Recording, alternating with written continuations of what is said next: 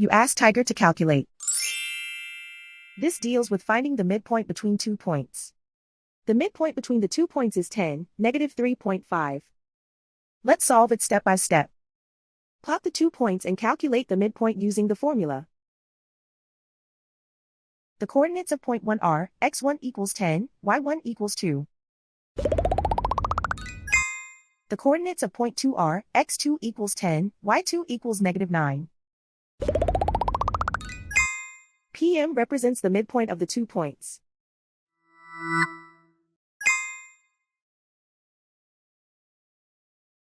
Use the x values in the midpoint formula to find the midpoints x.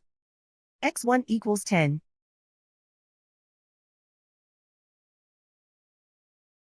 x2 equals 10.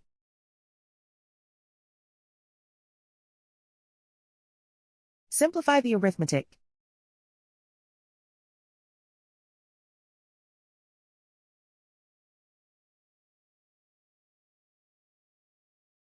Use the y values in the midpoint formula to find the midpoints y.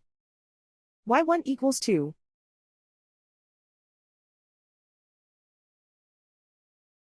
y2 equals -9. Simplify the arithmetic.